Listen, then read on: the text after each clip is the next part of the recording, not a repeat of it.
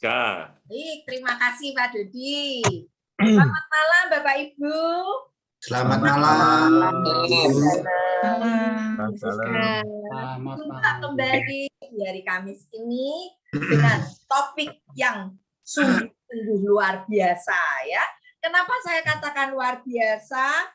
Karena pembicaranya juga luar biasa karena hari ini lain daripada yang lain. Karena pembicara kita pada malam hari ini ada dua Bapak Ibu.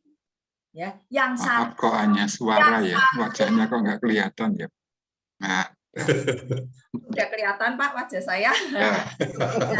Nampak. Sudah nampak sekarang. Kelihatan. Nah, pembicaranya itu yang satu cantik dan yang satu ganteng. Jadi pas Bapak Ibu ya. Nah, Bapak Ibu, tema kita pada malam hari ini keluarga Katolik berhadapan problematika ekonomi dan hukum. Makanya kita ada dua pembicara. Satu, Bu Vivin sebagai pembicara di bidang ekonomi, dan yang kedua Pak Vincent yang akan berbicara di bidang hukum. Nah, Bapak Ibu, karena ada dua pembicara, nanti untuk sesi pertanyaan itu pada akhir ya Bapak Ibu.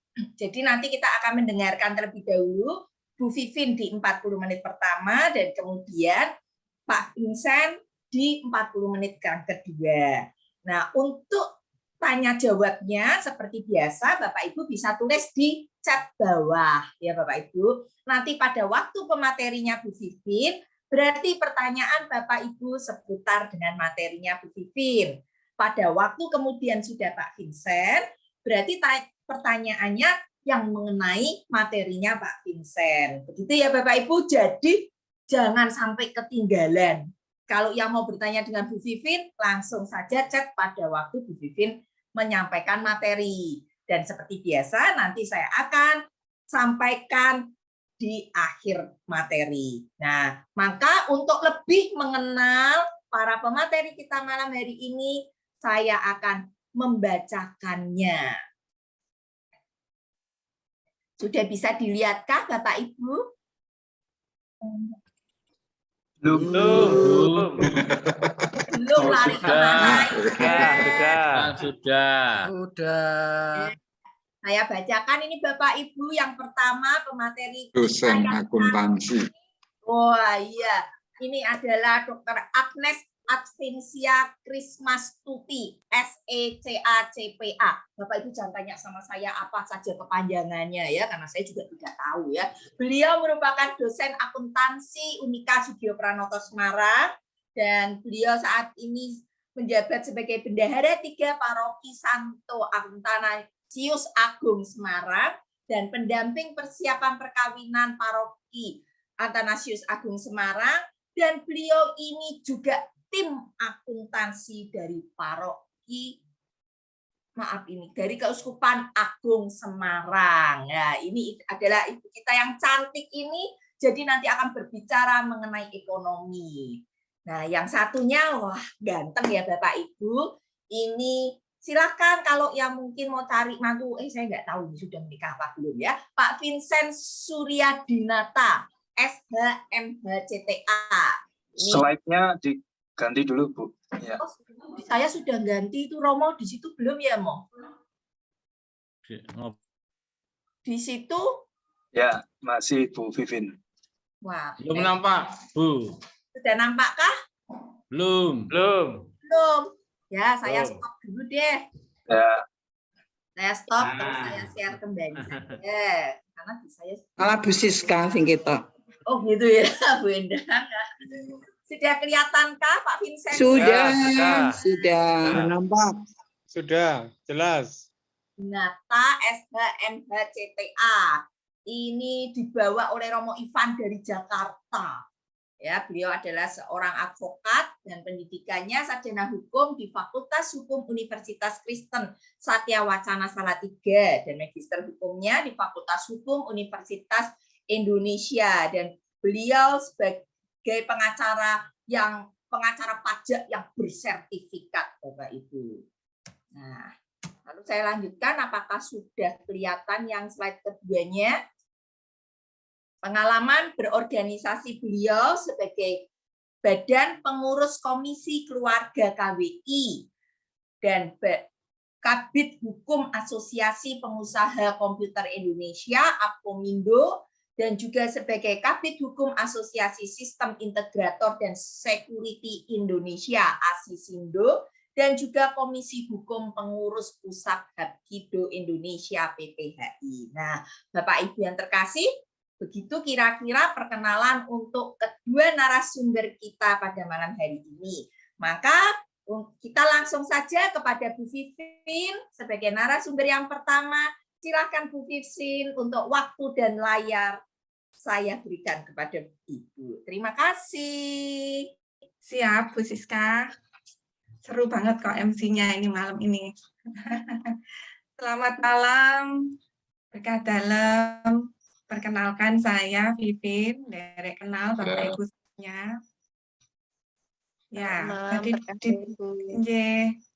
diperkenalkan Bu Siska itu saya jadiin redek nih malahan karena di sini kayaknya lebih banyak senior-senior saya yang sudah lebih banyak pengalaman ya untuk pendampingan keluarga. Nah, Bapak Ibu, senang sekali malam ini saya bisa bergabung bersama Bapak Ibu semuanya. Kita akan membahas bersama, ini lebih banyak menurut saya sharing ya. Saya bukan ngajari, tapi ini kita sharing bersama pengalaman dari saya, nanti juga pengalaman dari Bapak Ibu semuanya, mudah-mudahan bisa saling melengkapi begitu. Nah, seperti tadi sudah disampaikan Bu Siska, kita akan bahas tentang tantangan keluarga Katolik ya. Dalam saya nanti akan melihat dari sudut pandang ekonomi. Baik, saya izin share screen dulu.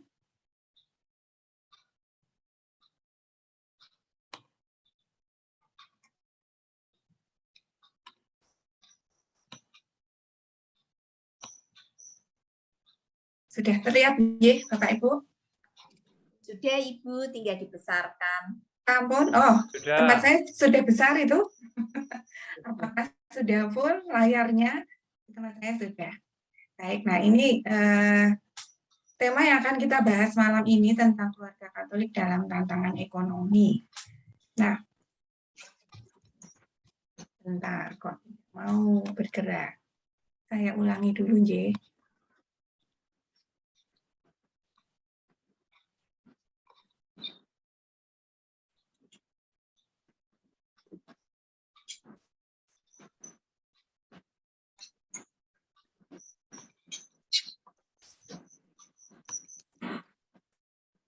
Nah, baik Bapak Ibu. Mengapa ekonomi keluarga itu penting ya? Kalau ini kita mulai dulu dari melihat seberapa penting topik yang akan kita bahas ini. Seberapa penting peran ekonomi dalam keluarga ini. Nah, tanpa kita sadari ya Bapak Ibu, setiap hari itu kan kita ngomong soal keuangan sebenarnya ya. Dari bangun pagi itu mau makan apa? Terus mau berangkat kerja naik apa, transportasinya bayarnya bagaimana, anaknya mau sekolah, saku. Nah, sebenarnya tanpa kita sadari kita bicara setiap hari itu UUD, ujung-ujungnya duit.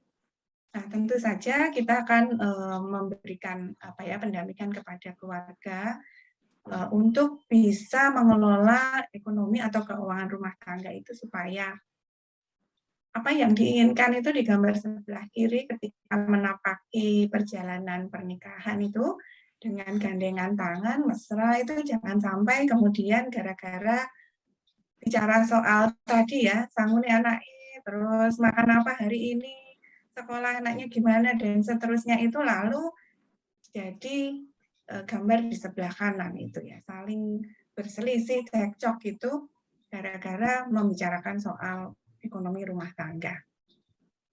Nah, kalau kita melihat pada statistik ini tahun 2018 sampai 2020, ternyata memang persoalan ekonomi itu menjadi faktor kedua yang menyebabkan sampai dengan terjadinya perceraian di Indonesia. Yang pertama itu perselisihan dan pertengkaran terus-menerus, lalu yang kedua ekonomi. Nah, parahnya adalah kasus ekonomi itu juga seringkali lalu juga berujung ke nomor 1 gitu ya, karena soal-soal ekonomi yang kemudian menjadi perdebatan, pertengkaran yang tidak terselesaikan, lalu ujung-ujungnya sampai kepada nomor 1 juga, bahkan menjadi asal muasalnya dari kemudian tindakan KDRT juga bisa terjadi. Nah, jadi ini ada dampak yang akan mempengaruhi juga hal yang lainnya. Nah, ini yang kemudian menjadi hal yang penting bagi kita untuk bersama-sama membekali dari pasangan yang baru akan menapaki perjalanan pernikahan sampai yang sudah berjalan pun mungkin juga akan mengalami dan menghadapi hal-hal seperti ini. Ditambah lagi Bapak Ibu dengan gaya hidup konsumtif ini yang biasanya kita kaitkan dengan gaya hidup yang modern ini ya. Kalau sekarang itu orang gampang berbelanja, ditawari dengan macam-macam iklan dan sebagainya, diskon dan segala macam tawaran yang semakin menarik gitu ya di depan mata. Nah, ini kemudian membawa ke kemungkinan gaya hidup yang konsumtif. Kalau kita lihat di sekitar kita tuh anak-anak kalau nggak makan di KFC gitu, nggak mau makan di rumah. Padahal kalau dulu kita makanan apapun yang disediakan orang tua di rumah tuh mau pakai tempe tok, mau apa, hanya sayur saja, ya itulah yang kita makan gitu. Itu yang terjadi di tantangan semakin ke sini ya, gaya hidup yang semakin modern dan konsumtif. Kemudian ditambah lagi dengan 2 tahun ini kita berhadapan dengan pandemi COVID-19, di mana ini merupakan peristiwa yang bisa dibilang tidak bisa kita duga gitu ya. Jadi banyak keluarga-keluarga yang kemudian terdampak pandemi COVID-19 ini dan yang tadinya mungkin tidak ada persoalan ekonomi rumah tangga lalu menjadi harus terpaksa menghadapi juga. Bapak Ibu Romo, kalau kita lihat secara umum gitu ya, ketika ini saya sharing pengalaman ketika memberikan khusus persiapan perkawinan. Nah, tadi dari pertama melihat bahwa ekonomi itu menantang kita ya untuk setiap hari kita bergelut dengan hal tersebut. Mungkin ada yang tidak ada masalah, itu baik-baik saja rumah tangganya, ekonominya tidak menjadikan, nggak ada kendala sama sekali, semua berjalan baik-baik saja. Tetapi ada yang kemudian terjebak dalam hal-hal yang, ya itu tadi, dari ujung-ujungnya duit, kemudian melebar pada perkara-perkara yang kemudian mengikuti. Nah, kalau dalam persiapan ya perkawinan, dalam khusus persiapan perkawinan, lalu saya mengajak pasangan itu untuk mengidentifikasi problem-problem yang ada itu apa sih yang kelihatan. Nah, kalau dari pengalaman kemudian ini kita bisa melihat saya pecah menjadi 2 problem yang memang secara langsung berkaitan dengan materinya, gitu ya, dengan penghasilan yang kurang, atau mungkin juga sampai tidak ada karena ketika pandemi terjadi banyak keluarga yang juga harus menghadapi sama sekali mungkin tidak ada penghasilan gitu. Lalu terlilit hutang, semakin lama semakin tambah gitu ya, apalagi kalau sekarang bank itu menawarkan berbagai macam iming-imingnya gampang, nggak pakai agunan dan seterusnya ya, lalu mudah untuk terjebak ke hutang. Kartu kredit juga itu kadang-kadang kalau tidak bijak menggunakan ya, karena kartu kredit itu bunga berbunga, jadi akan semakin banyak, nggak akan habis-habis kalau nggak segera semuanya terlunasi gitu. Kalau cuma lunasinya sedikit-sedikit ya, semakin lama saldonya akan semakin menumpuk karena bunga berbunga. Kebutuhan yang membengkak dari keluarga yang tadinya hanya berdua, lalu punya putra, putri, tadinya hanya mikir soal makan, rumah, kemudian lama-lama berpikir soal sekolah, gitu ya, dan seterusnya. Semakin banyak kebutuhan yang harus dipenuhi. Kemudian anak menuntut, nah ini bisa masuk ke problem materi, bisa non materi juga ya. Anak menuntut ini kalau menuntut harus dipenuhi ini itu, nah itu akan masuk ke materi, tetapi juga bisa menjadi problem yang non materi kalau dilihat dari sikap anak. Romo, Bapak Ibu, kita sering ya kalau baca koran, melihat TV itu ya, anak-anak yang sampai nyuwun sewu menyakiti orang tuanya gara-gara minta handphone, minta motor gitu ya, bahkan juga ada anak-anak yang mohon maaf sampai bunuh diri gitu gara-gara tidak terpenuhi kebutuhannya, nggak dibelikan seragam, tidak dibelikan motor gitu. Nah ini kan artinya keprihatinan yang berawal dari persoalan materi, persoalan keuangan keluarga. Yang non materi yang artinya tidak langsung berhubungan dengan materi, contohnya seperti kasus-kasus perbedaan penghasilan suami dan istri. Ini biasanya yang memicu hal-hal yang kemudian panjang gitu ya perselisihannya. Kalau biasanya istri ini yang kalau suami lebih besar wajar ya karena kita hidup di lingkungan yang budayanya paternalistik. Jadi itu yang memimpin kepala keluarga. Kalau istrinya pun bekerja penghasilan suami lebih besar. Nah, ketika penghasilan istri ternyata jauh lebih besar, lalu ini kadang-kadang menimbulkan konflik juga. Tanggungan keluarga yang besar ini juga kadang dihadapi oleh keluarga-keluarga ya yang misalnya suaminya sering membantu keluarganya, keluarga besarnya, sementara istrinya merasa kok lebih banyak yang diberikan kepada keluarga besar daripada untuk istri dan anak-anaknya sendiri ya. Kurang lebih ini hal-hal persoalan-persoalan umum, mungkin masih banyak hal-hal lain yang ketika Bapak Ibu mendampingi di masing-masing daerah itu ada persoalan-persoalan yang sifatnya lebih lokal ya. Kalau saya lihat kan KVKPAN Semarang ini cukup bervariasi, ada yang kota besar semacam Semarang, terus ada yang mana agak pinggir Purwodadi itu kota juga ya sebenarnya, tapi dengan karakteristik mungkin yang sedikit berbeda. Terus kemana lagi ya? Ada yang agak lebih ke pedesaan gitu, yang penghasilan mata pencarian keluarga di sana berbeda dengan yang di kota mungkin ya. Nah, maka persoalan-persoalan ini juga akan semakin beragam dengan karakteristik di masing-masing daerah. Nah, Romo, Bapak Ibu, ini sedikit sharing saja ketika saya memberikan kursus persiapan perkawinan. Ini lalu supaya ada dinamika pasangan gitu ya. Di awal itu saya berikan kuis semacam ini.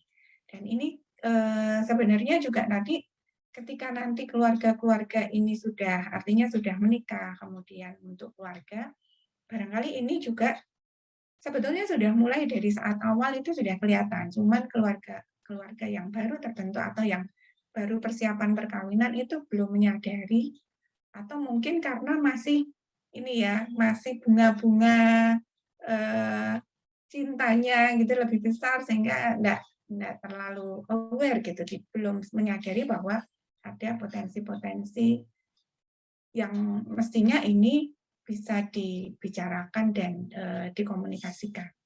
Misalnya ini saya pancing dengan pertanyaan, siapa yang bertanggung jawab mencukupi kebutuhan keluarga, suami istri atau suami istri. Kemudian berapa porsi masing-masing. Ya, kalau menjawab hanya salah satu suami saja berarti semua 100%. Tapi ketika suami dan istri sama-sama bertanggung jawab mencukupi kebutuhan keluarga, itu porsinya berapa sih? Lalu kemudian siapa yang mengelola keuangan keluarga? Nah, 3 ini pertanyaan yang beruntut. Dan ternyata Romo, Bapak, Ibu, jawaban antara calon mantan ya, yang laki dengan yang perempuan, ini dalam beberapa kasus ternyata ditemukan nggak sama gitu ya. Biasanya saya ketika memberikan kuis ini, saya pisah dulu, nggak boleh ngomong-ngomong, coba dijawab sesuai dengan pandangan masing-masing, dipisah. Nah, setelah itu selesai menjawab pertanyaan, baru mereka bisa kembali ke pasangannya lagi, terus dicocokkan. Nah, ternyata ini dari awal pun sudah ada beberapa yang nggak cocok, gitu. Terutama di nomor 2 itu banyak yang nggak cocok porsinya. Gitu. Ya, ini artinya bisa dilihat bahwa masing-masing itu punya pandangan yang berbeda terhadap kontribusinya si cowok ya, si calon suami dan si calon istri ini pada ini tanggung jawab untuk mencukupi kebutuhan keluarga. Biasanya sih yang laki-laki itu memberikan porsi lebih banyak pada dirinya. Nah, sementara yang perempuan itu agak lebih porsinya perempuannya lebih tinggi. Jadi kayaknya kalau ini saya melihat ini ya ada kecenderungan yang pasangan yang istri kalau dia juga bekerja itu ingin juga dihargai lebih besar porsinya sebagai juga yang bertanggung jawab mencukupi kebutuhan keluarga. Nah, biasanya ketika mereka sudah mulai kembali ke pasangannya dan mencocokkan ini, itu mulai senyum-senyum gitu ya. Ada yang senyum-senyumnya masih senyum manis, ada yang sudah sampai, loh kok beda. Nah, itu sudah mulai memancing ya. Ada hal-hal yang perlu dikomunikasikan. Ya, nah saya kalau udah gitu ya tak gojeki aja. Ini jangan jadi habis ini terus berantem kepanjangan loh ya, ini harus diselesaikan masalahnya. Nah, itu 3 pertanyaan untuk memancing bagaimana masing-masing pasangan itu menilai kontribusinya masing-masing dan kemudian ini mesti dikompromikan, dicocokkan. Terus nomor 4 dan 5 ini untuk menilai pribadi masing-masing. Apakah Anda adalah pribadi yang penuh perencanaan hidup? Nah, ini biasanya dengan nomor 5 ini berkaitan. Apakah termasuk orang yang hemat atau boroskah Anda? Nah, ini banyak terjadi pasangan yang ternyata mengidentifikasi dirinya itu berbeda. Yang laki hemat, yang perempuan boros, atau sebaliknya. Jadi artinya antar pasangan itu punya pribadi yang berbeda. Kalau sama-sama boros, habislah ya, dua-duanya tidak ada yang ngerem. Kalau sama-sama hemat, ya oke lah, berarti ini bisa mengelola lebih baik. Kalau hemat satunya boros, di satu sisi berarti yang satu bisa mengerem, tapi mungkin juga kalau yang satunya tidak menyesuaikan ini ya sifat kepribadiannya, ya lama-lama yang satunya capek. Nah, di awal ini sudah bisa memancing pasangan itu untuk melihat dan mestinya nanti belajar untuk berkomunikasi dan berkompromi gitu.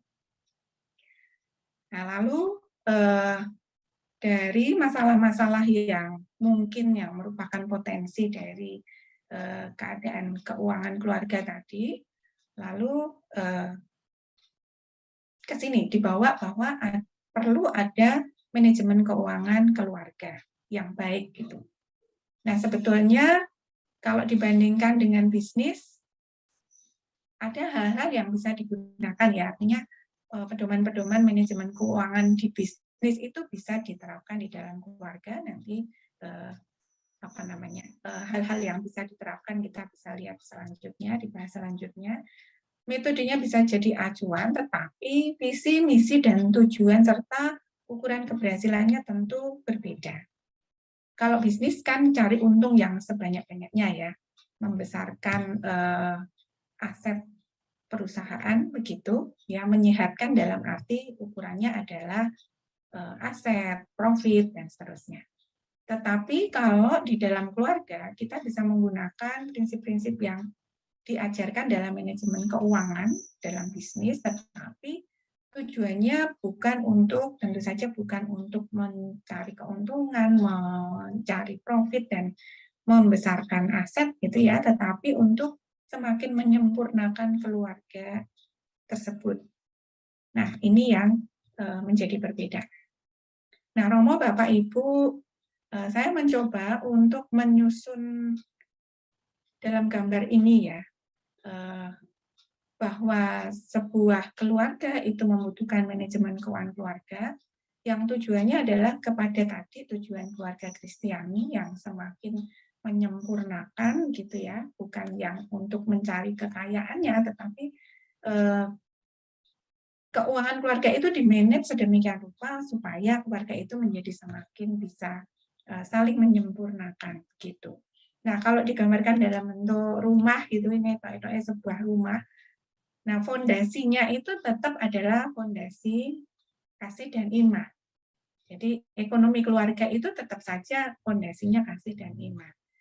Nah, kemudian manajemen keuangan keluarganya itu meliputi 3 aspek ini. pengetahuan tentang manajemen keuangan itu juga diperlukan, tetapi tidak bisa jalan sendiri tanpa landasannya adalah juga disertai nilai-nilai, sikap, dan juga bagaimana komunikasi dalam keluarga itu dibangun. Nah, kira-kira seperti ini gambarannya, Bapak Ibu. Kalau dari sisi pengetahuannya sih, sebenarnya kita mungkin semua juga tahu ya kalau di manajemen itu kan perencanaan itu penting, kemudian pelaksanaannya dan evaluasi. Jadi plan, do, dan check. Ini yang dilakukan terus-menerus. Nah, dalam perencanaan itu yang penting adalah keluarga itu bisa memilah antara kebutuhan versus keinginan. Secara teori saya kira semua kita tahu juga gitu ya, semua orang juga tahu apa itu kebutuhan dan keinginan, tapi yang seringkali nggak bisa dilawan itu adalah hasratnya untuk memenuhi keinginan itu, lalu yang kebutuhan menjadi apa ya, tersampingkan gitu, mengejar dulu keinginan. Itu yang saya katakan, ini teorinya gampang tapi lebih sulit prakteknya ya kalau sudah apa namanya, iming-imingnya itu keinginannya yang lebih kuat, lalu ini jadi nggak logis. Kalau sebenarnya sih saya kira dapat dipahami apa itu bedanya kebutuhan dengan keinginan. Kalau kebutuhan itu memang sifatnya diperlukan gitu ya, kita secara fungsional manfaatnya itu memang kita harus ada ya, punya barang itu. Tetapi kalau keinginan itu lebih kepada hanya subjektivitas kita saja, hasrat kepuasan, dampak yang diinginkan bukan manfaat lagi tapi kepuasan. Jadi melihat sebuah apa ya, sebuah misalnya saya butuh gadget gitu, HP. Nah, apakah saya butuh sampai yang sedemikian rupa setiap kali ganti apa, keluar yang baru, model baru, tipe baru harus beli? Sampai di mana kebutuhan saya? Nah, itu sebetulnya adalah memilah kebutuhan dengan keinginan itu di sana. Jadi bukannya tidak boleh ya, tetapi sampai di batas mana yang memang itu bermanfaat bagi saya, selebihnya itu hanya untuk memuaskan saja. Nah, ini lebih gampang di teorinya, memilahnya gampang, tapi nanti pada saat pelaksanaannya di langkah pada saat kita melaksanakan anggarannya itu tuh seringkali meleset karena itu tadi ya, apa iming-imingnya itu menarik banget, ada diskon, ada kemudahan-kemudahan dalam memperoleh belanja, kadang-kadang juga gaya hidup juga yang mempengaruhi itu.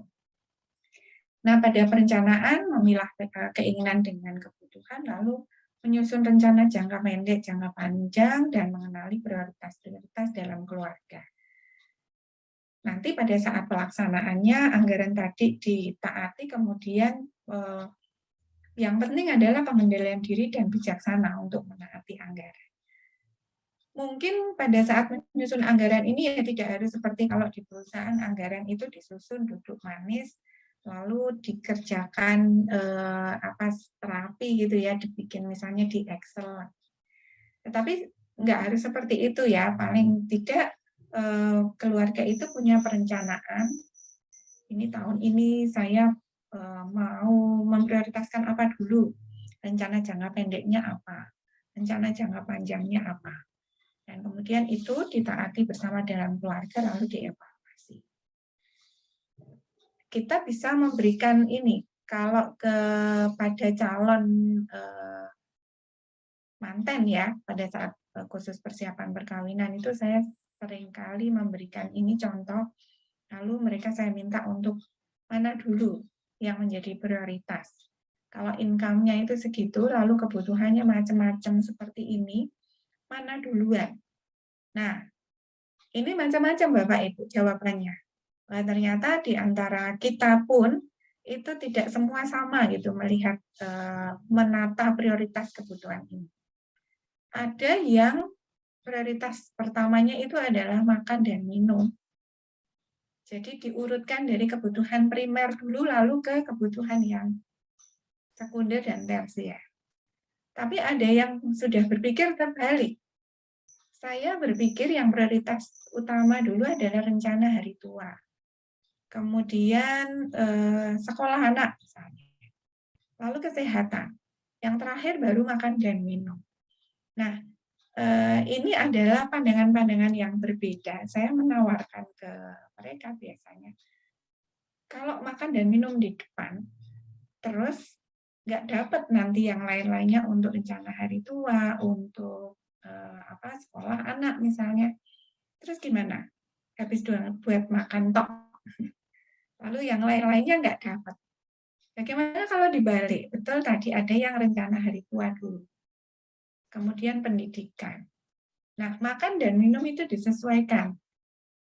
Kalau kita sebenarnya makan dengan sederhana saja, kenapa harus yang mewah sampai nanti yang lain-lainnya tidak tercukupi? Jadi sebetulnya nanti ini ya. Nah, seringkali nanti masalahnya bukan terletak pada penghasilan yang kurang, tapi kebiasaan yang salah dalam mengelola uang. Karena prioritas-prioritas yang kurang pas begitu ya. Jadi kita seringkali kalau terjebak pada tadi prioritas yang salah, jadi bukan yang jangka panjang kita coba untuk rencanakan dulu, tapi habis dulu untuk yang masa sekarang. Nah ini joke-nya ya Bapak Ibu ya. Kalau sebenarnya itu menurut ilmu fisika itu juga ada ini tentang ekonomi itu dijelaskan dalam ilmu fisika. Kalau tekanan itu berbanding lurus dengan gaya, itu ya Bapak Ibu, kalau semakin banyak gaya itu semakin banyak tekanan. Nah, jangan-jangan hidup kita itu banyak tekanan karena kebanyakan gaya. Gaya hidup yang tinggi, jadi akhirnya ya tekanannya kayak gara-gara kita sendiri yang terlalu menuruti gaya hidup. Nah, ini lalu ada tawaran lagi, konsep dasar ekonomi keluarga. Penghasilan dikurangi konsumsi, lalu saving ya. Nah, ini tuh dalam kasus beberapa pasangan masih mengiyakan ini, memilih persamaan yang ini. Saya saving itu kalau penghasilan saya sisa, gitu. Penghasilan dikurangi konsumsi, ketemunya saving. Nah, kalau konsumsinya habis berarti nggak pernah saving. Kalau nggak ada saving berarti jangka panjangnya nggak tercapai. Ya, prioritas-prioritas yang masih jangka panjang tadi tidak akan tercapai. Nah, maka saya menawarkan yang bawah gitu, bahwa penghasilan itu dikurangi dulu saving, bisa juga untuk jangka panjang itu kita juga investasi atau asuransi setidaknya untuk jaminan kesehatan. Lalu karena kita juga mengajarkan ini dalam konteks keluarga Katolik, maka ada konsep derma dulu di situ. Sisanya baru konsumsi. Nah ini ya tawaran persamaan atau rumus matematika yang bisa ditawarkan untuk perencanaan keuangan keluarga ini supaya tidak habis gitu hanya untuk konsumsi. Di konsumsi itu justru ditaruh di sisa terakhir setelah penghasilan dikurangi saving dulu, investasi asuransi dikurangi derma, barulah sisanya itu untuk konsumsi. Ya itu tawaran rumus matematika yang mungkin bisa merefresh supaya pengelolaan ekonomi keluarga itu menjadi prioritasnya tidak habis di kebutuhan-kebutuhan jangka pendek saja. Nah, Bapak Ibu tadi adalah sisi pengetahuannya. Nah, pengetahuan itu tidak akan jalan dengan optimal kalau hanya punya pengetahuan tentang konsep pengelolaan, tetapi ini ya sikap dan nilai-nilai aspek ini penting sekali untuk juga bisa membuat perencanaan yang dilakukan, pengetahuan yang ada itu menjadi berjalan optimal. Kalau tadi sudah merencanakan ya punya konsep pemahaman yang sudah oke gitu, tetapi kemudian tidak didukung dengan nilai-nilai dan sikap yang dilakukan selama perjalanan gitu. Nah, maka ini menjadi penting bahwa menanamkan nilai-nilai sikap hidup yang sederhana bukan berarti harus miskin ya, tetapi bahwa sebenarnya ini kembali lagi pada konsep tadi bahwa kita bisa memilah antara mana itu kebutuhan dan mana itu yang hanya keinginan saja. Itu. Nah, sekarang kan lagi ngetren ya, trennya untuk ini istilahnya gaya hidup minimalis. Ini sebetulnya merupakan gaya hidup yang sederhana, tapi yang sekarang kemudian jadi lebih modern gitu karena tren baru gaya hidup yang minimalis. Sebetulnya sama bahwa kita tidak rumah tangga itu tidak mendewakan atau fokus pada barang, pada kekayaan gitu ya. Barang bukan simbol kekayaan. Kalau di gaya hidup minimalis itu orang mulai menghitung berapa pakaian yang sebetulnya dibutuhkan. Lalu yang tidak dibutuhkan itu disingkirkan, didermakan. Barang-barang yang ada juga begitu diseleksi, kemudian didermakan. Terus hidup benar-benar dengan apa yang dibutuhkan saja gitu ya, minimalis. Nah, kemudian yang kedua tadi ya di dalam persamaan matematikanya itu sudah dimasukkan juga ada derma di situ yang sebenarnya kita tuh ada ya tuntunannya ya di perjanjian lama ada persepuluhan, kemudian di perjanjian baru ada kisah janda miskin yang memberikan dermanya dari seluruh yang dia miliki begitu. Nah, itu maka dalam keluarga juga perlu adanya ditanamkan sikap-sikap derma. Menabung bukan memupuk kekayaan, tetapi menabung itu untuk merencanakan hari depan. Jadi untuk hal-hal yang sifatnya juga tidak terduga di dalam keluarga, sakit, ya, kemudian ada hal-hal yang tidak terduga, misalnya nggak ada yang menyangka ada pandemi gitu, kalau nggak punya tabungan tiba-tiba harus dirumahkan, maka ya sama sekali lalu tidak punya income di keluarga. Sementara kalau kita ada tabungan masih lumayan gitu, ada topangan dulu dari tabungan itu sehingga tidak benar-benar habis, tidak tahu harus bagaimana.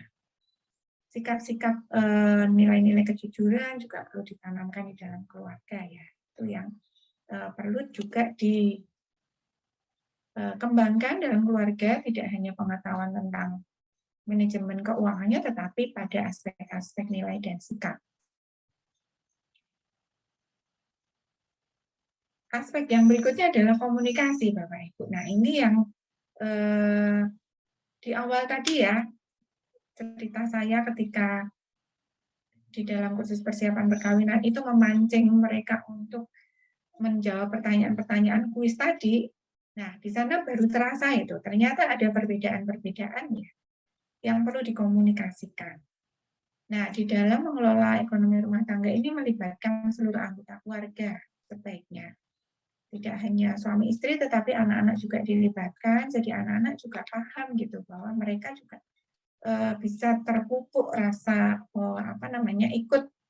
ikut menjadi bagian dalam keluarga untuk ya tadi supaya anak-anak tidak menjadi penuntut gitu ya. Jadi diajak untuk berkomunikasi supaya mereka juga paham gitu kondisi keluarga itu seperti apa, kesulitan-kesulitan orang tua seperti apa.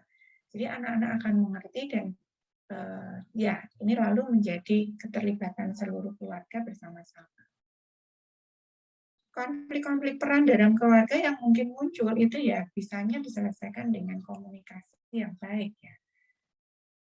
Kalau kita bicara tidak hanya materinya ya, tapi tadi yang masalah-masalah yang juga bisa terjadi dalam konteks ekonomi, tetapi yang tidak ujung-ujungnya langsung pada materi, ini bisa juga soal karir, antara karir dan keluarga.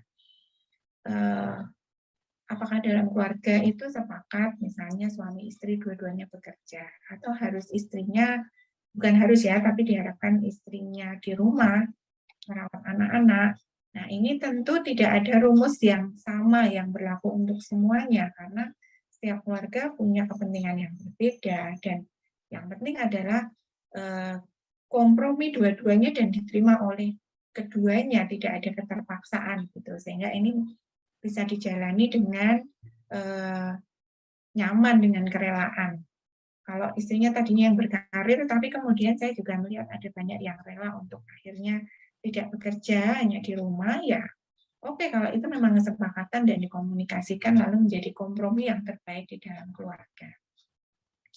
Siapa yang menghasilkan, siapa yang mengelola, gitu ya. Ini juga sering menjadi konflik peran, terutama tadi ketika kita di masyarakat yang paternalistik, kok kemudian yang menjadi penopang ekonomi rumah tangga itu misalnya karena kondisi tertentu lalu istrinya. Atau memang misalnya dua-duanya bekerja tetapi yang istrinya lebih besar gitu ya perannya, lebih baik karirnya, lebih pesat gitu. Lalu yang seolah-olah ini tampak bersinar di keluarga itu yang perempuan. Nah ini yang penting adalah bijak menyikapi kompromi-kompromi di dalam keluarga ini disikapi dengan baik. Yang lebih superior itu tidak memandang rendah yang satunya, gitu ya, yang manapun nanti antara pasangan yang lebih superior tidak memandang rendah yang lebih rendah itu, tapi sama-sama semua ini adalah apa ya, harus disikapi secara kompromi, diterima bersama, karena kadang-kadang juga kita bisa memahaminya lewat talenta. Kadang kalau memang talenta istri itu lebih besar, ya oke, itu diterima sebagai sebuah anugerah begitu. Tapi tidak kemudian harus menjadikan berat sebelah ya, memandang yang satu lebih rendah gitu, sehingga kemudian ini memicu konflik-konflik yang lebih lanjut di dalam keluarga. Masalah komunikasi juga bisa terjadi pada gangguan keluarga besar antara orang tua dengan anak, gitu ya.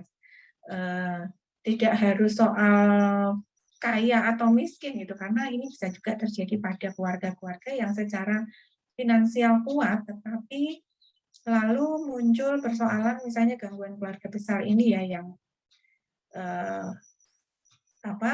lebih banyak, jadi banyak membantu keluarga besar, lalu keluarga inti itu merasa tertinggalkan. Nah ini kan butuh kompromi yang cukup kuat di dalam keluarga itu supaya pasangan itu bisa memahami ketika pasangannya membantu keluarga besarnya, tetapi juga ketika membantu keluarga besar juga jangan sampai meninggalkan keluarga intinya gitu. Kalau zaman dulu itu hal yang baik yang saya dapat dari orang tua saya, kalau membantu keluarga suami saya misalnya begitu ya. Nah, itu yang memberikan bantuan bukan suami saya, tetapi saya yang jadi mantunya. Saya memberikan pada orang tua suami atau sebaliknya suami memberikan bantuan kepada keluarga saya itu lewat saya. Jadi melibatkan pasangan dalam membantu keluarga besar gitu. Nah, kalau bisa terjadi seperti itu kan lalu ini ada kompromi yang baik begitu ya. Nah itu banyak hal itu yang hal yang dulu ditanamkan orang tua saya itu ya ternyata hal yang itu merupakan gambaran bahwa ini ada kesatuan pemikiran ya, ada kompromi antara suami dan istri begitu. Ketika menyikapi peristiwa-peristiwa eksternal yang tidak bisa terprediksi, misalnya di PHK, ya komunikasi itu penting. Lalu kalau sudah sampai, mungkin pertanyaannya kalau sudah sampai ke mentok gitu ya, nggak ada penghasilan keluarga, lalu bagaimana? Berikutnya itu adalah sampai di sini. Nah, landasan berikutnya iman dan kasih itu menurut saya sih ini hal yang menjadi fondasi betul-betul ya. Ketika memang sudah mentok dalam kondisi tidak ada penghasilan misalnya begitu. Nah, ciri orang beriman ini saya sebenarnya ini Romoni ya yang lebih pantas bicara soal ini. Tapi saya mencoba untuk melihat bahwa orang yang beriman itu berarti kan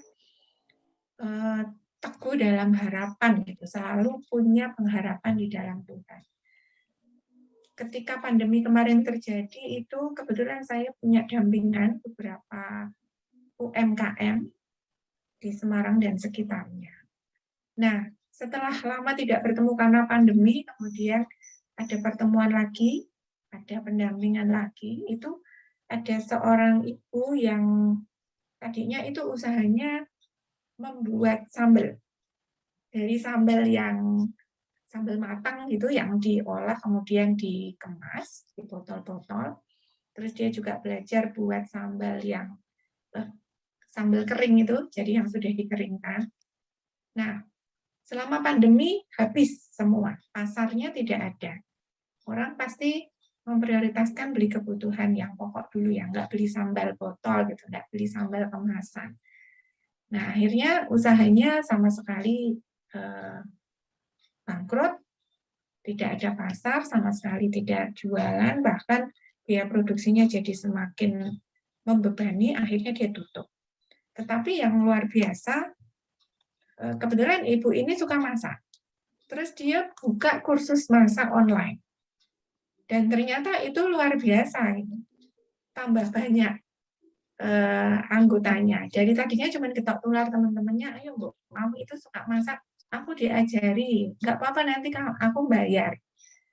Nah, ternyata itu terus gitu ketok tular, semakin banyak kelasnya makin besar. Dan itu menjadi usaha yang tadinya nggak terbayangkan sama sekali.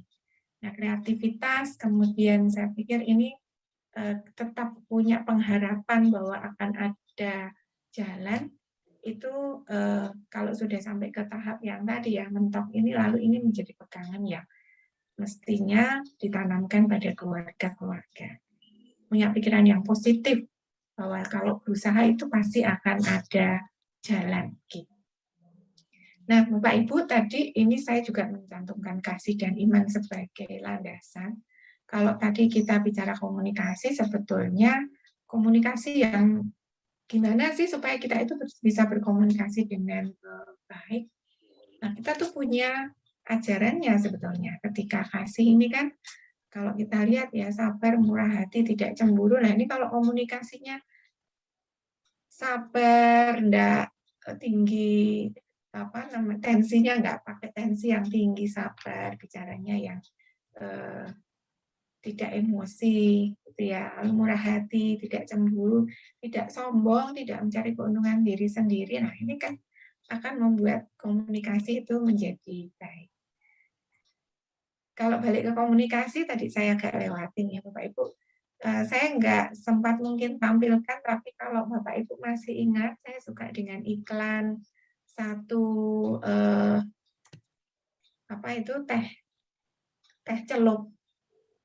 Nah, saya nyebut merek boleh nggak ini? Ya, nggak boleh nyebut merek ya.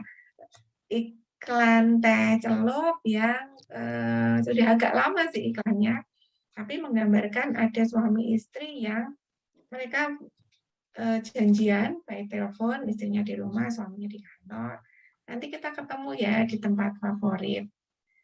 Nah, ternyata masing-masing punya pemikiran yang berbeda tentang favorit. Yang saya lupa ya, salah satu itu tempat favoritnya adalah di kamar gitu, nyiapkan tempat tidur, ditata yang rapi, dikasih bunga, disemprot-semprot biar wangi. Sementara yang satunya itu menyiapkan di restoran. Nggak ketemu kan ya, yang satunya nunggu di tempat tidur, yang satunya nunggu di restoran favorit mereka. Sampai malam, akhirnya ketika pulang, diam-diaman, ini gimana toh janjian kok nggak menepati janji, pikirnya kan begitu ya. Ternyata setelah ngeteh dulu ya, karena iklan teh ya, setelah bikin teh dulu, baru ketahuan bahwa mereka punya pemikiran yang berbeda soal tempat favorit. Jadi ini kan sebenarnya soal komunikasi aja kan ya, kalau kita tidak komunikasikan dengan baik, tadi tidak bicara dengan mesra gitu ya, dengan minum teh, tapi langsung marah-marah kan ini nggak ketemu. Nah sebenarnya dua-duanya tidak salah, hanya punya persepsi yang berbeda tentang gimana sih tempat favorit mereka gitu. Nah, jadi banyak hal baik yang sebetulnya hanya salah saja komunikasinya kalau tidak urai dengan baik gitu, dengan bicara yang tidak pakai emosi, nggak ketemu. Tapi ketika sudah dibicarakan dengan baik, oh ternyata cuman masalah itu, lalu jadi tertawa sama-sama gitu ya, menertawakan masing-masing kebodohannya karena salah menerjemahkan tempat favorit tadi. Nah, begitu sih Bapak Ibu, jadi kurang lebih kalau kepada ini ya, tujuan keluarga Kristiani tadi ketika kita mengelola manajemen keuangan dengan 3 aspek tadi, pengetahuan yang bisa dipelajari, tetapi nilai-nilai dan sikap itu harus juga ditanamkan dalam keluarga supaya pengetahuan tadi itu bisa efektif ya, bisa optimal. Manajemen keuangan keluarga kalau tidak dilandasi dengan nilai-nilai dan sikap hidup kita, maka ya tidak akan berjalan dengan baik. Percuma gitu. Lalu yang ketiga ada komunikasi yang baik, sehingga persoalan-persoalan keuangan keluarga itu bisa dikomunikasikan, dikompromikan, cari solusi bersama, dan dilandasi dengan kasih dan iman. Saya kira itu Bapak Ibu yang saya bisa sharingkan. Mungkin nanti bisa, ya namanya sharing ya, tidak hanya dari saya, tapi nanti pada saat kita berdiskusi akan lebih banyak tergali hal-hal yang bisa kita saling lengkapi dari apa yang bisa saya sampaikan di sesi ini. Demikian Romo, Bapak Ibu, matur nuwun berkah dalem. Saya kembalikan kepada Bu Siska. Baik, terima kasih Bu Vivi. Sama-sama. Luar biasa. Baik, untuk mempersingkat waktu, Bapak Ibu, kita langsung ke Pak Vincent. Pak Vincent. Ya, selamat malam Bu Siska. Ya, selamat malam Pak Vincent. Bisa langsung saja ini Pak Vincent. Baik. Host bisa bantu untuk share screen-nya Pak Vincent.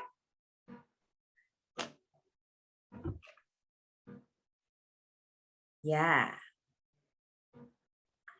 Oke, terima kasih atas waktu dan kesempatannya. Selamat malam Romo Ivan dan Bapak Ibu. Semoga belum capek ya dan masih setia untuk mengikuti kursus pendamping keluarga ini. Jadi jangan kaget kenapa yang ngomong anak muda, kenapa saya ada di sini itu ya. Nanti kalau mau bertanya lebih lanjut nanti bisa tanya Romo Ivan kenapa saya yang diundang ke sini untuk berbicara soal hukum. Jadi sedikit background saja bahwa saya tahun ini baru saja mendapat SK dari Bapak Kardinal untuk membantu di tim hukum Komisi Keluarga KWI. Sebenarnya secara de facto sudah sejak 2021, tetapi SK kemarin baru ditandatangani di 2022. Oke, jadi saya akan memberikan sharing terkait dengan perkawinan Katolik ditinjau dari perspektif hukum negara Indonesia. Jadi ada kebetulan beberapa waktu yang belakangan ini juga sedang banyak di heboh ya, terkait ada perkawinan beda agama. Nah itu seperti apa? Nanti saya akan sedikit memberikan gambaran terkait dengan perkawinan beda agama itu seperti apa ditinjau dari perspektif hukum negara Indonesia. Bisa next. Ya, perkawinan menurut Undang-Undang 1 Nomor 74 itu ikatan lahir batin seorang pria dan wanita untuk membentuk keluarga berdasarkan keturunan yang Maha Esa. Itu menurut definisi dari undang-undang. Perkawinan adalah sah apabila dilakukan menurut hukum masing-masing agama dan kepercayaannya itu. Nah, ini yang perlu di-highlight mengapa perkawinan beda agama itu menjadi sesuatu yang krusial. Kenapa? Karena menurut ketentuan Undang-Undang Nomor 174 perkawinan adalah sah apabila menurut hukum dan masing-masing agama dan kepercayaannya itu. Kemudian pada asasnya dalam suatu perkawinan seorang pria hanya boleh mempunyai seorang istri dan seorang wanita hanya boleh mempunyai seorang suami. Jadi sifatnya monogami seperti yang kita yakini sebagai umat Katolik. Next. Kemudian menurut kitab hukum kanonik seperti apa? Perkawinan itu merupakan suatu tindakan yuridis bilateral antara seorang laki-laki dan perempuan. Tindakan yuridis ini dinamakan dengan janji perkawinan atau coitus matrimonalis atau kontrak perkawinan, kontraktus matrimonalis yang berobjekkan pada kebersamaan seluruh hidup.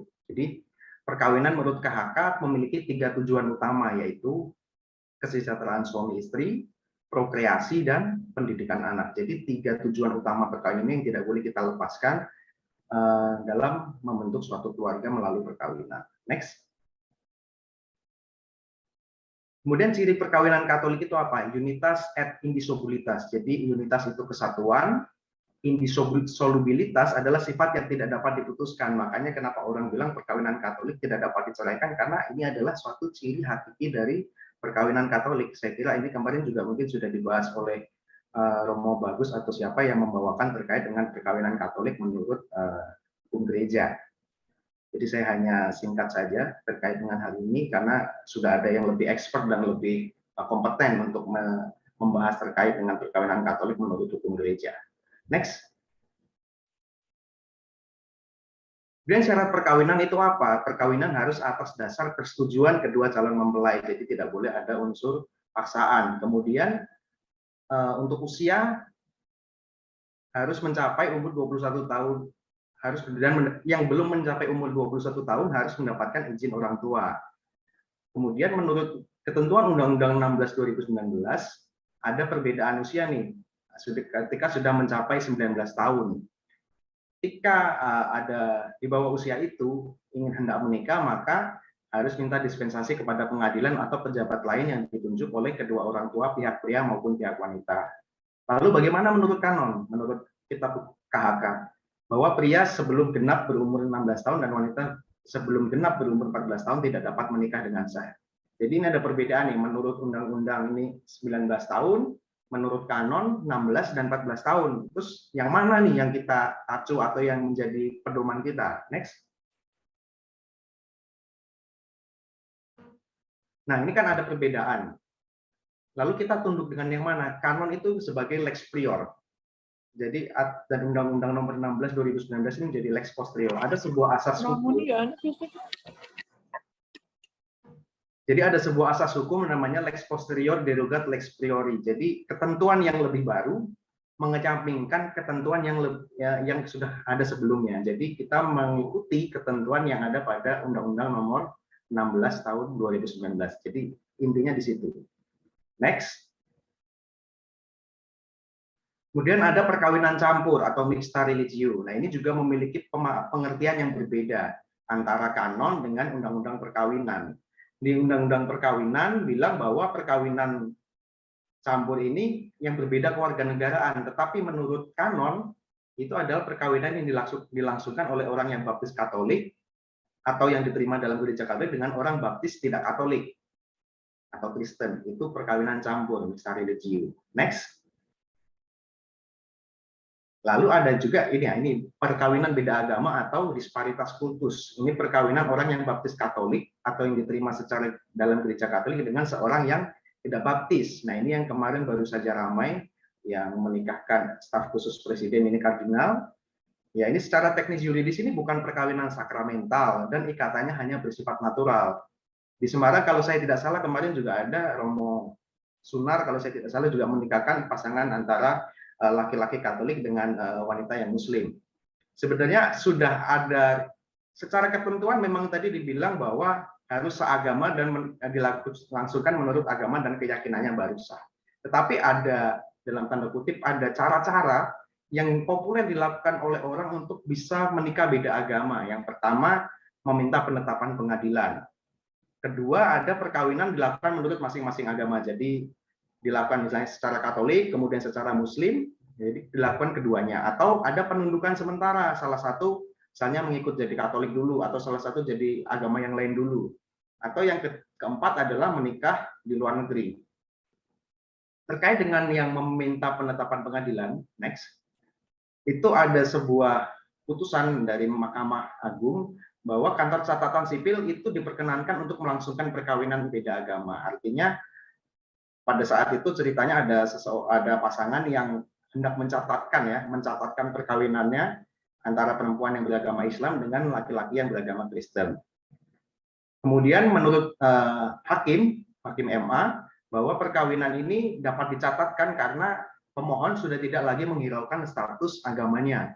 maka Kantor Catatan Sipil harus melangsungkan dan mencatatkan perkawinan tersebut sebagai dampak pernikahan beda agama yang dilangsungkan. Jadi ini adalah satu bentuk contoh konkret bagaimana perkawinan beda agama itu dilangsungkan. Jadi meskipun secara ketentuan perundang-undang bilangnya harus seagama dan dilakukan menurut agama dan kepercayaannya, tetapi ada 4 syarat tadi yang saya bilang bahwa ada kemungkinan itu bisa dilakukan untuk terlangsungnya perkawinan beda agama.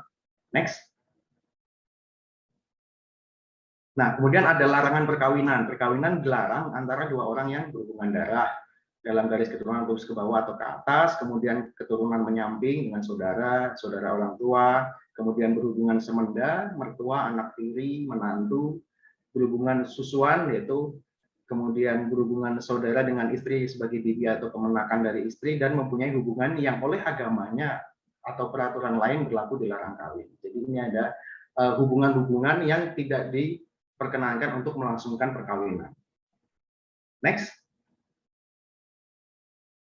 Kemudian pencatatan perkawinan. Jadi berbeda ya, pencatatan perkawinan dengan sahnya suatu perkawinan itu berbeda. Karena tiap-tiap perkawinan itu menurut undang-undang dicatat menurut peraturan perundang-undangan yang berlaku. Tetapi menurut putusan MK, pencatatan perkawinan itu bukan menjadi syarat sahnya satu perkawinan. Jadi syarat satu sah perkawinan itu bukan sudah dicatat atau belum. Pencatatan itu hanya bersifat administratif untuk membuktikan terjadinya suatu perkawinan berdasarkan undang-undang.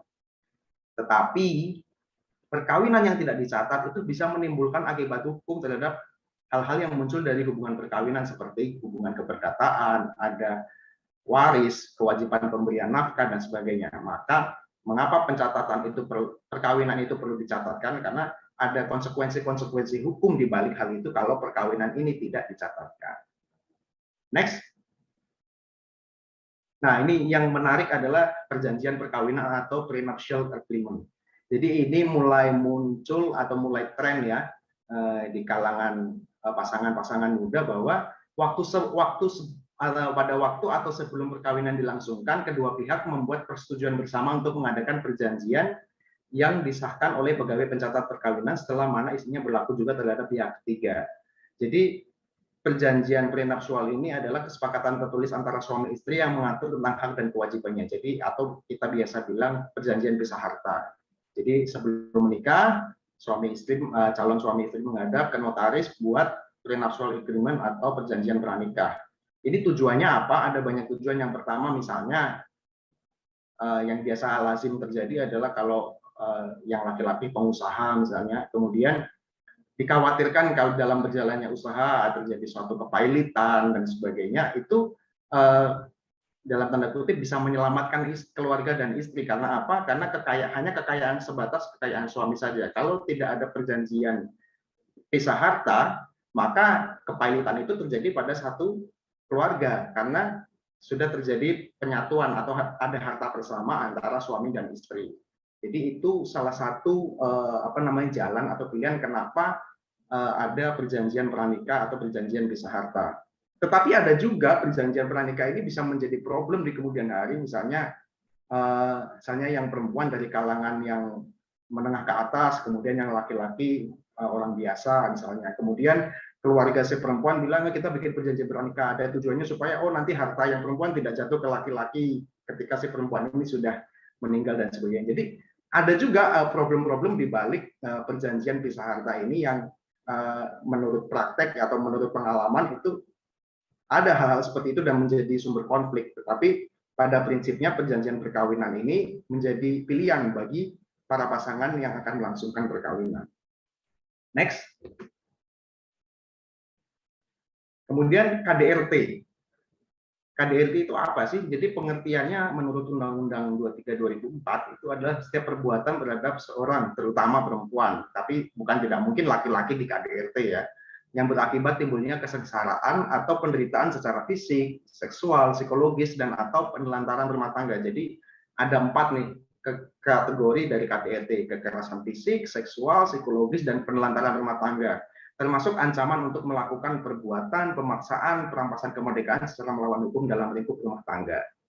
Nah, salah satu bentuk kekerasan berdasar asumsi yang bias gender terkait dengan relasi laki-laki dan perempuan. KDRT ini bukan sekedar perselisihan biasa ya antar suami istri, karena ini juga sering menjadi salah satu sumber konflik dan menjadi berujung ke perceraian karena adanya KDRT ini. Next.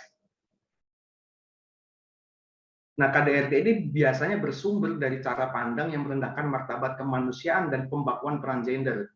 Karena KDRT bisa menimpa istri, suami, ibu, anak, pembantu rumah tangga, atau siapapun yang hidup dalam satu rumah. Tapi memang lebih banyak terjadi pada perempuan karena itu tadi ada nilai patriarki yang masih kuat di dalam masyarakat kita. Next.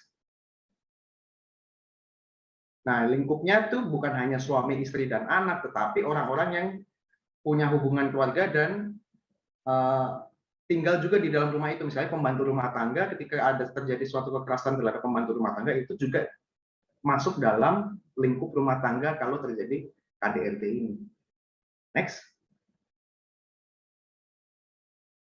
Nah, kemudian ya itu tadi saya ada 4 yang saya sampaikan jenis KDRT, kekerasan fisik ya, yang mukul lah, yang mungkin menuntut dengan rokok dan sebagainya, psikis ya, mengakibatkan ketakutan, hilangnya rasa percaya diri, yaitu dengan ya verbal ya, misalnya kita ngomong, ngatain orang dan sebagainya, atau kekerasan seksual, pemaksaan hubungan seksual.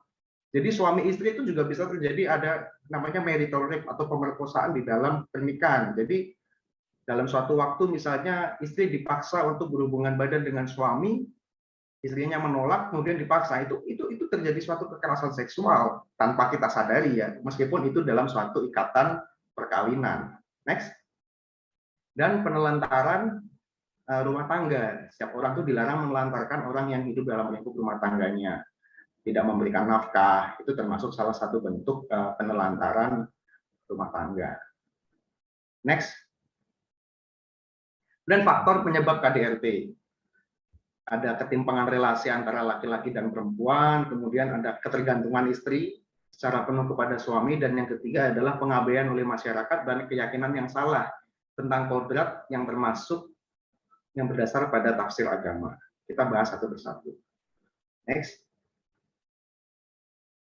Ketimpangan relasi itu membuat laki-laki dan perempuan terpaksa mematuhi peran gender yang dilekatkan pada masyarakat karena budaya patriarki itu tadi ya. Suami adalah pemimpin dan istri adalah milik suami dan berada di bawah pengawasannya, sehingga apapun yang dilakukan istri harus izin suami. Jika ada kesalahan pandangan suami ya istri harus dididik ya dalam tanda kutip ya. Pengontrolan ini yang sering menggunakan tindak kekerasan, dipukul lah, dikata-katain, dicaci maki dan sebagainya. Ini karena ada satu ketimpangan relasi akibat adanya satu budaya patriarki. Next. Ada ketergantungan istri juga karena istrinya nggak kantor, jadi sepenuhnya bergantung kepada suami. Suami menggunakan ketergantungan ekonomi sebagai ancaman kalau istri nggak mengikuti apa yang dikehendaki. Kamu wanita bisa apa tanpa saya? Kalau nggak ada saya yang kerja, yang saya cari nafkah, kamu bisa apa? Nah, ini faktor yang menimbulkan kemunculan KDRT. Ancaman ini bisa berwujud tindak kekerasan, tidak memberikan nafkah, diancam mau diceraikan, penguasaan hak asuh anak, dan sebagainya. Ini alasan yang atau faktor yang kedua. Next.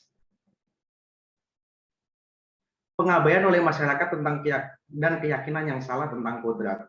Masyarakat itu menganggap KDRT urusan internal. Kita tidak berhak campur tangan. KDRT dianggap sebagai cobaan bukan relasi kekuasaan, sehingga perempuan harus mengalah dan sabar. Istri yang saleh adalah istri yang mampu menjaga aib dan martabat keluarga sehingga tidak kekerasan ditimpakan kepadanya. Banyak terjadi KDRT itu sudah terjadi bertahun-tahun atau lama, tapi ya istri diam aja karena memendam, mungkin juga takut ya untuk mengungkapkan terjadinya KDRT, kemudian yang merasa ya mau bagaimanapun itu juga suami saya dan sebagainya. Nah, hal-hal ini yang mengakibatkan ya KDRT itu terus berlangsung. Next. Nah, bagaimana upaya untuk mencegah tindak KDRT? Secara sederhana ada 3 hal yang bisa diupayakan untuk mencegah tindak KDRT. Yang pertama adalah memperkuat jaringan sosial, di mana kita di lingkungan bertetangga misalnya itu kita saling membuka komunikasi lah.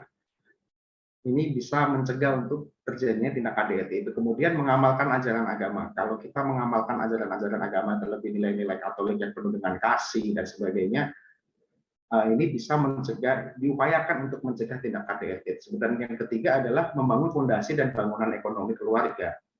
Ya mau disadari atau tidak,